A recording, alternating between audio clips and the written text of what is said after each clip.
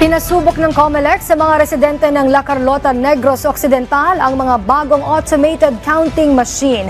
Naging maayos naman daw ang testing sa mga ACM. Si Luisa Erispe ng PTV sa Balitang Pambansa. Luisa?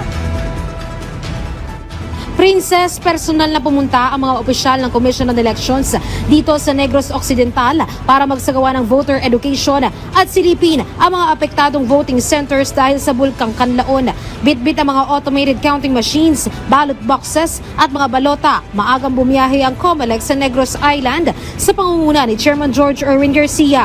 Dumiretso ang poll body sa La Carlota Elementary School na nagsisilbi ding evacuation center ng mga naapektuhan ng pagputok ng Bulkang Kanlaon. Dito pinasubok na bumoto ang mga residente.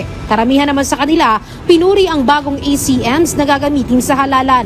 Anya, mas mabilis at maayos ang proseso ng pagboto ngayon dahil sa ilang mga pagbabago sa makina. Kaya lang may pangamba pa rin ang ilang mga evacuees. Dahil nasa evacuation center sila, hindi nila sigurado kung paano sila boboto. Hindi rin nila alam kung kakailanganin ba nilang umalis sa eskwelahan dahil baka anya gamitin ang kanilang evacuation site bilang polling centers.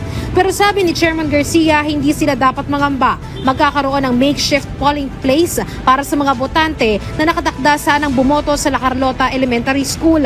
Imbis na classroom, maaaring ilagay ang mga makina sa covered court at kahit sa mga opisina ng eskwelahan. Para naman sa mga bakwit na iba ang presinto, karamihan sa kanila ay sa SPED Elementary School boboto at sa iba naman ay dadalhin sa kanilang mga presinto. Sa tala naman ng COMELEC sa buong Negros Island, 16,991 ang apektadong botante ngayong nasa Alert Level 3 ang Bulkang Kanlaon.